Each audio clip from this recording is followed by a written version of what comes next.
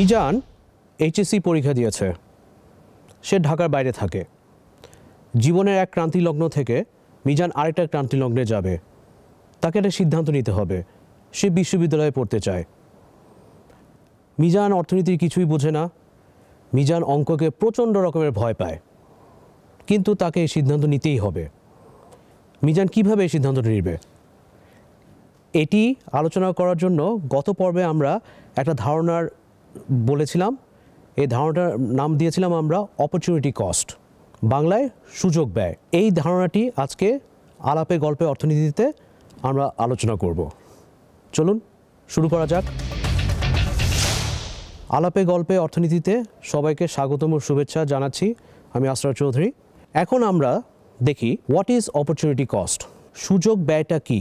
এই প্রশ্নের উত্তর শুরু করার আগে আমরা একটা পেডাগজি করব। পেডাগজি হচ্ছে শিক্ষাবিদ্যা, অর্থাৎ আমরা একটা জিনিস কিভাবে শিখব। আজকে আমরা যেভাবে অপরচুনিটি কস্টটাকে সংজ্ঞায়িত করার চেষ্টা করব, এই পন্থাটা শুধুমাত্র অর্থনীতির ক্ষেত্রে নয়, শিক্ষার্থীরা অন্যান্য যে কোনো বিষয়ে এই একই পন্থাটা ব্যবহার করতে পারবে। আমাদের শব্দ দুটো কি, একটা হচ্ছে অপরচুনিটি, একটা হচ্ছে কস্ট। বাংলায় সুযোগ এবং ব্যয়। তা আমরা একদম খুব সহজে একটা বাক্য যদি বানাতে পারি, একটা মিনিংফুল সেন্টেন্স, অর্থবোধক সেন্টেন্স, ইংরেজিতে কি বলবো আমরা তাহলে? The cost of an opportunity. বাংলাতে কি বলবো? একটা সুযোগের ব্যয়। এর থেকে সোজা তো আর বাক্য তৈরি করা যাবে না। এরপর আমরা কি করব, আমাদের মূল কিওয়ার্ডস কি, এই যে বাক্যটা আমরা তৈরি করলাম, the cost of an opportunity. দুটো কনসেপ্ট আছে, দুটো ধারণা আছে, একটা হচ্ছে অপরচুনিটি আর একটা হচ্ছে কস্ট। এরপরে জানার চেষ্টা করব অর্থনীতির চোখ দিয়ে অপরচুনিটিটা কি, অর্থনীতির চোখ দিয়ে কস্টটা কি। এই দুটো ধারণার পরে আমরা দেখতে চাবো এরা কিভাবে একটা আরেকটার সাথে সম্পর্কযুক্ত, কেনই বা সম্পর্কযুক্ত। আচ্ছা, অপরচুনিটিটা কি? অপরচুনিটি হচ্ছে একটা বেনিফিট, একটা সুযোগ। ভোক্তার ক্ষেত্রে উপযোগ, উৎপাদকের ক্ষেত্রে মুনাফা। কিন্তু এর সাথে একটা কস্ট আছে। কস্টটা হচ্ছে ব্যয়। ভোক্তার ক্ষেত্রে তার আয়, ভোক্তার ক্ষেত্রে তার সময়কাল, উৎপাদকের ক্ষেত্রে তার টেকনোলজি বা প্রযুক্তি এবং সময়কাল। আবার প্রশ্ন করি, এ দুটো কেন একসাথে আসলো, কি কনটেক্সটে আসলো? খুবই সোজা। আমরা গত পর্বে বলেছি অর্থনীতির মূল ভিত্তি হচ্ছে অভাব। অভাব আছে বলেই কোনো সুযোগ যদি আমরা পেতে চাই, আমাদেরকে একটা মূল্য দিতে হবে। সেই জন্যই কনসেপ্টটার নাম হয়েছে অপরচুনিটি কস্ট, বাংলায় সুযোগ ব্যয়। আচ্ছা, ঠিক আছে। এখন অপরচুনিটি এবং কস্ট, সুযোগ এবং ব্যয়, এ দুটো একটার সাথে কিভাবে সম্পর্কযুক্ত চিন্তা করে দেখি। আমরা একটা বেনিফিট চাচ্ছি আমরা, কিন্তু আমাদেরকে একটা কস্ট দিতে হবে। তাহলে যদি আমরা সমীকরণের মাধ্যমে এটাকে উপস্থাপন করতে চাই, বেনিফিট অবশ্যই একটা পজিটিভ, ধনাত্মক, এবং কস্ট অবশ্যই নেগেটিভ বা ঋণাত্মক। তাহলে এই দুটোর সম্পর্কটা কি? বেনিফিট মাইনাস কস্ট, সুযোগ বিয়োগ খরচ। তাহলে B minus C, benefit minus cost যদি আমরা বলি, তাহলে আমরা একটা নেট ফাংশনের হিসাব করছি। বাংলাতে যেটা আমরা বলি নিট ফাংশন। তাহলে যে কোনো অর্থনৈতিক সিদ্ধান্ত বা জীবনের যে কোনো সিদ্ধান্ত যখন আমরা নিতে চাই, আমরা একটা নিট ফাংশনকে হিসাব করি, বেনিফিট মাইনাস কস্ট। আচ্ছা, আমাদের বন্ধু মিজান, ও অঙ্ক একেবারেই বোঝে না, অথবা আমরা এইভাবেই বলি ছোটোকাল থেকে সে অঙ্ককে প্রচণ্ড ভয় পায়। ও বেচারা এখন চিন্তা করছে আমি বেনিফিট আর কস্ট কীভাবে হিসাব করব। তো বেনিফিট মাইনাস কস্ট যদি আমরা বলি, এর তিনটা মান থাকতে পারে। বেনিফিট মাইনাস কস্ট যদি ধনাত্মক হয়, তাহলে এটা হবে 0 থেকে বড়। বেনিফিট মাইনাস কস্ট যদি ঋণাত্মক হয়, তাহলে এটা হবে 0 থেকে কম। হ্যাঁ, বেনিফিট মাইনাস কস্ট ধনাত্মক হবে, এটা কত বড় হবে? 1 হবে, 2 হবে, 10 হবে, অনেক হবে, কিন্তু এটা benefit minus cost greater than 0 হবে। বেনিফিট মাইনাস কস্ট ঋণাত্মক হলেও একই অবস্থা। এটা কি -1 -2, এটা ঋণাত্মকই থাকবে। এখন মিজান কিভাবে সিদ্ধান্ত নেবে সেটা আমরা একটু পরে দেখছি। তার আগে আমরা একটা জিনিস কি আমরা চিন্তা করতে পারি, যদি আমরা দেখি আমাদের বেনিফিট এত, কস্ট এত, তাহলে বেনিফিট মাইনাস কস্ট হচ্ছে পজিটিভ, ধনাত্মক। এরকম যদি সিচুয়েশন আমরা কনফ্রন্ট করি তাহলে কি হবে, আমরা দেখব হ্যাঁ, আমরা নিশ্চিত হ্যাঁ বলবো, আমরা এই সিদ্ধান্ত গ্রহণ করছি। উল্টাভাবে যদি দেখি বেনিফিটটা নিচে, কস্টটা উপরে, তখন আমরা কি বলবো? আমরা অঙ্ক জানি না, কিন্তু আমরা একটু জানি পাল্লাতে বেনিফিটেরটা হচ্ছে নিচে, কস্টটা উপরে। বাংলায় এটা আমরা বলি কি, খাজনার চেয়ে বাজনা বেশি। তো আমরা তখন একটা নিশ্চিত না বলবো, আমরা এই সিদ্ধান্ত নেব না, কারণ আমাদের খাজনার চেয়ে বাজনা বেশি আমাদের হিসাবে। হ্যাঁ, আপনারা ঠিকই ধরেছেন, বেনিফিট মাইনাস কস্ট যদি ধনাত্মক কিংবা ঋণাত্মক না হয় তাহলে তার মান কি হবে? শূন্য। বেনিফিট মাইনাস কস্ট হবে শূন্য। এই শূন্যটা আমরা বিভিন্ন সময় একে ইকুইলিব্রিয়াম, সাম্যাবস্থা, ভারসাম্য অবস্থা হিসেবে দেখব। আজকে দেখব না, পরে দেখব। এবং বিভিন্ন সময় এই বেনিফিট মাইনাস কস্ট যখন শূন্য হবে, সেটা আমাদের মডেল তৈরিতে আমাদেরকে সাহায্য করবে, আমাদের সিদ্ধান্ত নিতে আমাদেরকে সাহায্য করবে। আমরা মিজানের কাছে ফিরে যাই। মিজান এইচএসসি পরীক্ষা দিয়েছে, সে এখন বিশ্ববিদ্যালয়ে ভর্তি হবে। মিজানের পরিবারের কথা আমরা জানি না, ধরা যাক তার পরিবার যথেষ্ট ভালো, এবং যদি মিজান চায় বাংলাদেশের প্রতিটা বিশ্ববিদ্যালয়ে ভর্তি পরীক্ষায় অংশগ্রহণ করতে, পরিবার তাকে সেই ব্যাকিংটা দিতে পারবে। কিন্তু সেটা কি মিজান করবে? কেন করবে না?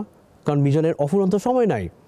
ওই যে ওই তৃতীয় নিয়ামকটা, প্রাইস, ইনকাম অ্যান্ড টাইম, সময়, আয় এবং মূল্য, অসীম সময় নাই। তো মিজান কি করলো? মিজান ঠিক করলো, আমি 3টা বিশ্ববিদ্যালয় ঠিক করলাম। এই সিদ্ধান্তে মিজান কিভাবে আসলো?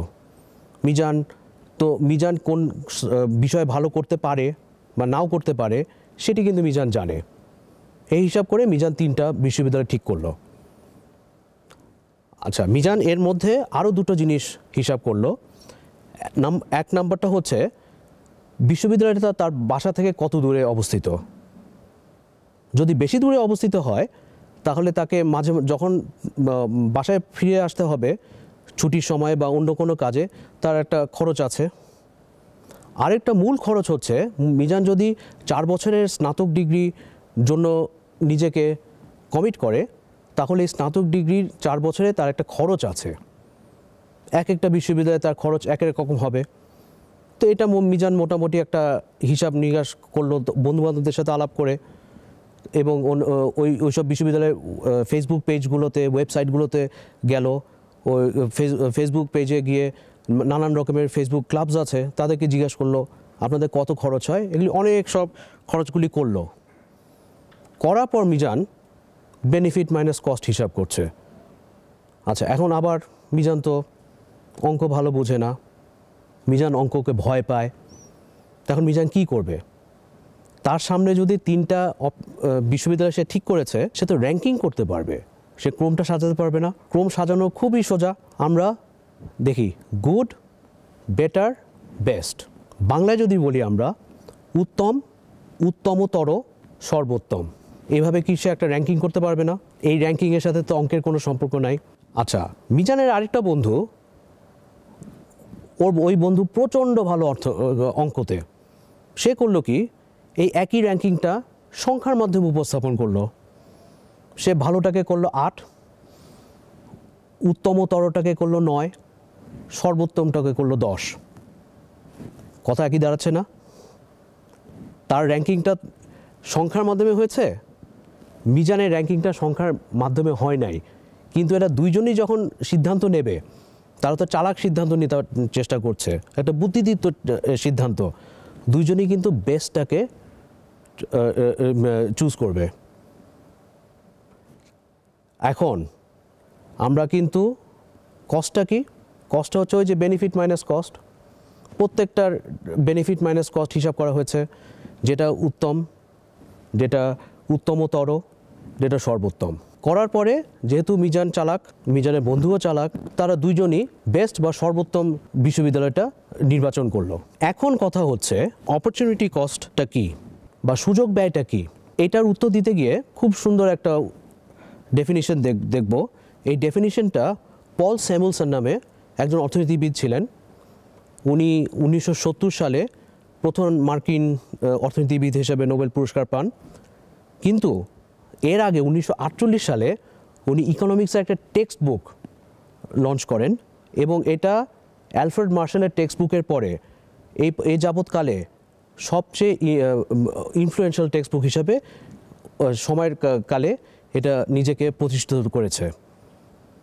সেই টেক্সট বুকে স্যামুয়েলসন লিখেছিলেন, অপরচুনিটি কস্ট হচ্ছে নেক্সট বেস্ট ফরগন অল্টারনেটিভ। বাংলা করলে কি দাঁড়াবে? সর্বোত্তমটাকে তো আমরা নির্বাচন করেছি আমাদের হিসাব অনুযায়ী, তাহলে অপরচুনিটি কস্ট হচ্ছে তার পরেরটা, নেক্সট বেস্ট ফরগন। তাহলে বেস্টের পরে কি হবে? বেটার। সর্বোত্তমটা তো আমরা নির্বাচন করেছি, তাহলে আমাদের অপরচুনিটি কস্ট বা সুযোগ ব্যয় এই সিদ্ধান্তের হবে বেটারটা বা উত্তমতর, যে নির্বাচনটা আমরা করতে পারতাম কিন্তু করি নাই। আচ্ছা, এই কথাটা বলার উদ্দেশ্যটা হচ্ছে অনেক টেক্সট বুকে দেখা হয় যে দুটো অপশন আছে একজনের সামনে, এবং দুটো অপশনের ভিত্তিতে বেস্টটা তো তখন 1 নম্বরটা হবে, 2 নম্বরটা অপরচুনিটি কস্ট। কিন্তু কার্যত সে মিজান হোক, মিজানের বন্ধুই হোক, যখন বিশ্ববিদ্যালয় নির্বাচন করে তখন কিন্তু অনেকগুলো বিশ্ববিদ্যালয় থেকেই তারা নির্বাচন করে। 5টা বিশ্ববিদ্যালয় নির্বাচন করতে পারে, দেখি তো কোনটাতে আমি চান্স পেতে পারি, 7টাও হতে পারে। সেই জন্য স্যামুয়েলসন খুব বুদ্ধি দিয়ে এই কথাটা বলেছিলেন, নেক্সট বেস্ট ফরগন অল্টারনেটিভ। সর্বোত্তমটা আমরা নির্বাচন করেছি, তাহলে উত্তমতর এটা হচ্ছে আমাদের অপরচুনিটি কস্ট। এটা কেন দাঁড়ালো? মিজানের সামনে অফুরন্ত সময় নাই। মিজান জানে কোন বিশ্ববিদ্যালয়ের গেলে সে কিভাবে পারফর্ম করতে পারবে, এটা তার একটা হিসাব আছে। এই জন্য এই সিদ্ধান্তটার যে কস্টটা হচ্ছে সেটা হচ্ছে অপরচুনিটি কস্ট। এখন প্রশ্ন হচ্ছে এরপরে কি? এরপরে হচ্ছে সিদ্ধান্তটা নেওয়া হয়ে গেছে। মিজান প্রথম বর্ষের একটা যে কোনো একটা বিশ্ববিদ্যালয়ে ভর্তি হয়েছে স্নাতকে, 4টা বছরে 8টা সেমিস্টার আছে। প্রথম সেমিস্টারে এসে মিজান দেখলো যে কোনো কারণেই হোক এই সিদ্ধান্তটা তার পছন্দ হচ্ছে না, অথবা দ্বিতীয় বর্ষে এসে মিজান দেখলো এই সিদ্ধান্তটা তার পছন্দ হচ্ছে না। এখন মিজান কি করবে? মিজান কিন্তু আগের পৃথিবীতে ফিরে যেতে পারবে না। কেন? সিদ্ধান্ত নেওয়ার আগে তার সামনে যে বেটার, গুড, উত্তমতর, উত্তম যে অপশন দুটো ছিল, এই দুটো অপশন এখন আর নাই। এটাকে অর্থনীতির দৃষ্টিকোণ থেকে আমরা সাঙ্ক কস্ট বা বাংলায় নিমজ্জিত ব্যয় বলি। এটা কেন দেখা দেয়? দেখা দেয় কারণ সিদ্ধান্ত নেয়ার পরে আমরা একটা নতুন পৃথিবীতে ঢুকি, যে পৃথিবীতে আগের পৃথিবীর অপশনগুলো আমাদের সামনে এখন আর নাই। মিজানের ক্ষেত্রে সাঙ্ক কস্টটা আমরা কিভাবে দেখতে পারি?